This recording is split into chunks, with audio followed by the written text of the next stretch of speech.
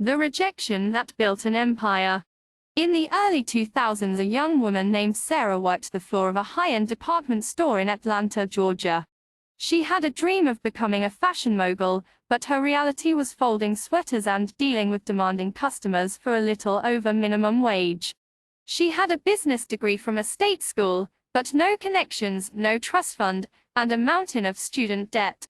Sarah's big idea was a simple one: a line of flawlessly fitting undergarments that were comfortable, invisible under clothes, and accessible to everyday women.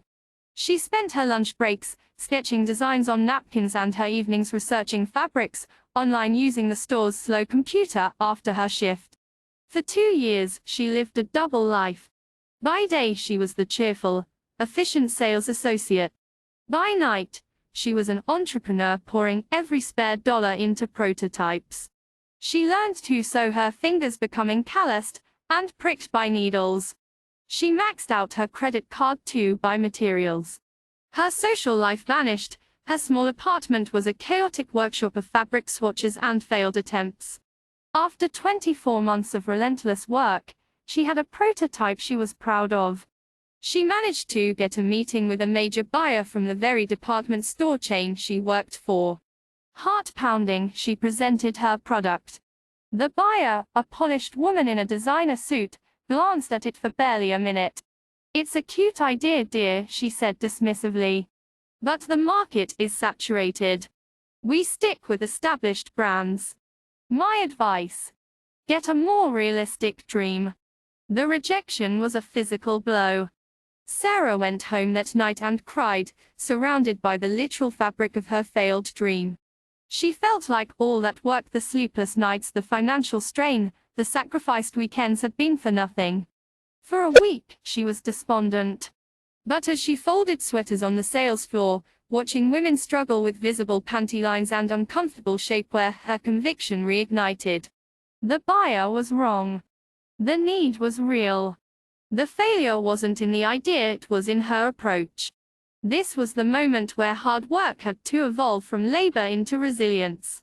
She realized she had to stop asking for permission and start building her own platform. She spent the next 6 months doing things the hard way. She became a one-woman shipping department. She convinced 3 small local boutiques to carry her product on consignment. She personally delivered every order. She became the marketer. She created a basic website herself, spending nights learning to code. She started a blog offering fashion tips and building a community of loyal followers. She became the customer service agent. She hand-wrote thank you notes for every single order and personally responded to every email and complaint, using the feedback to make her product better.